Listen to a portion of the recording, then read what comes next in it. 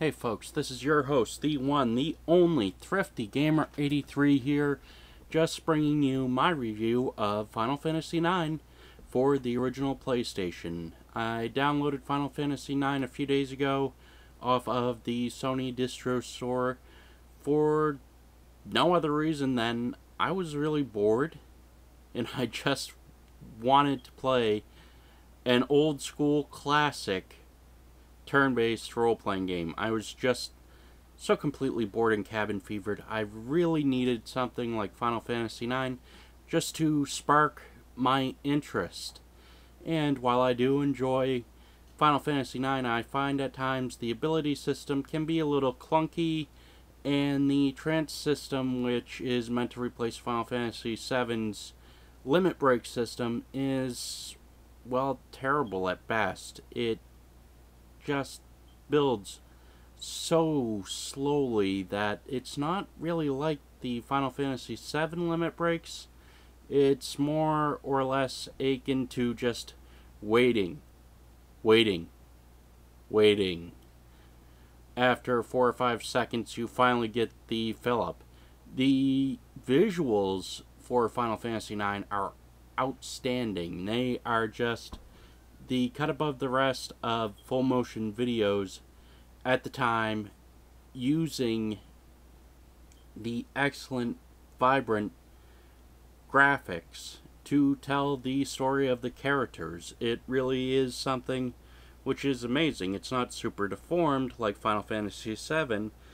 It's just the aesthetics of the artistry which is used to develop the characters and their emotions.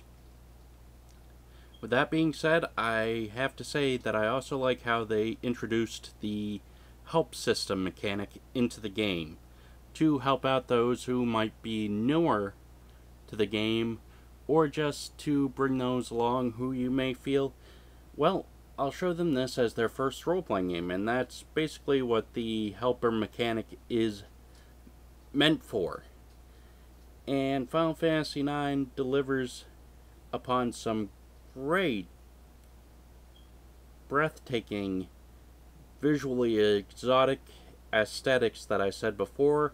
The architecture is simply amazing for the various layouts and landscapes in the game itself.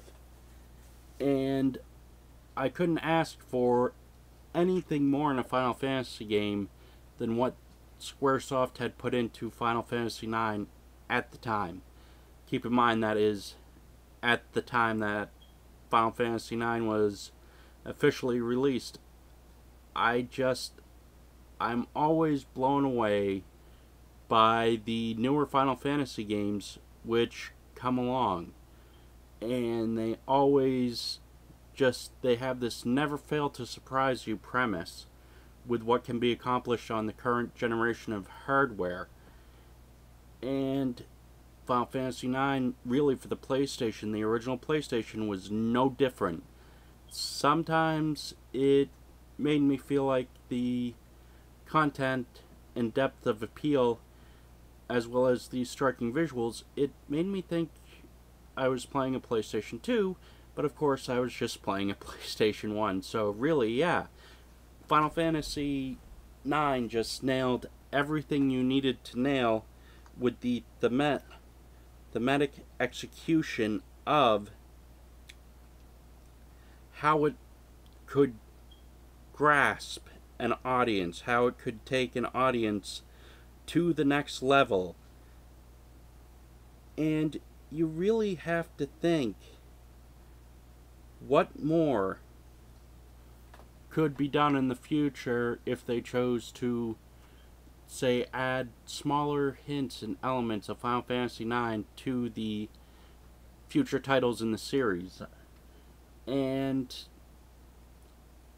I look back on Final Fantasy IX with a lot of wonder and amazement, and Final Fantasy IX just really seems to deliver what was needed at the time.